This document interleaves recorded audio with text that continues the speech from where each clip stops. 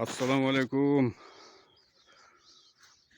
Monda şamalda, monda kırçıktap үйдүн баарын талкалап кетти. Крышасын учуруп, үйдүн стеналарынан бири монда крышасын учуруп талкалап кетти үйдү. Бара турган жерибиз жок. 3 күндөн бери жаан.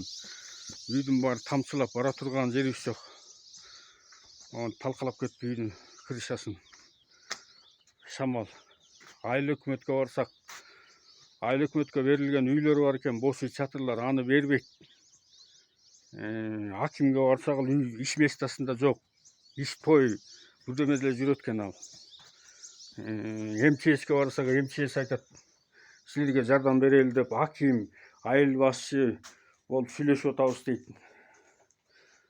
Сүйлөшкөн менен проблеманы чече албай койду. Мына могу суу болуп, потолок могу түшүп калган. Жашай турган жерибиз жок, бара турган жерибиз жок.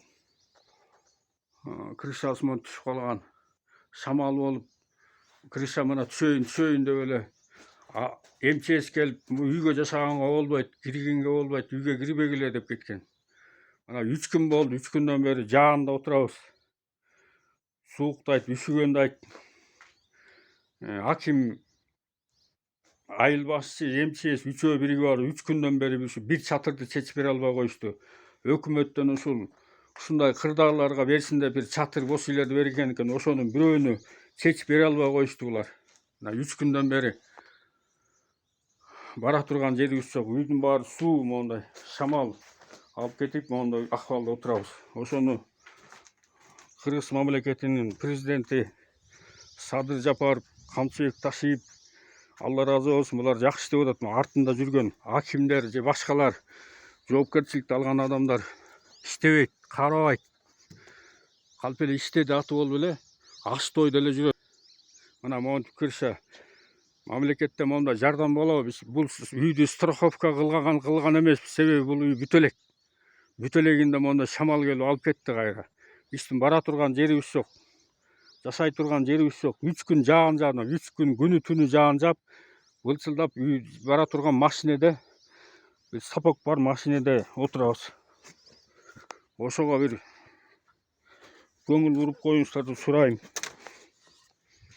Жакшыраак мына талкаланып жатат. 3 күндөн бери же биз бул үй жакыр жашаган үй бүлө деп катталганбыз. Айыл өкмөттө справкабыз бар. Анан машинеде, мына могу машинеде жатып ушуга күн кечирип атабыз. 3 күндөн бери жаан болуп, мына бүгүн азыр күндүн көзү кичине ачылды. Ушуга бир жардам берип коюңуздар.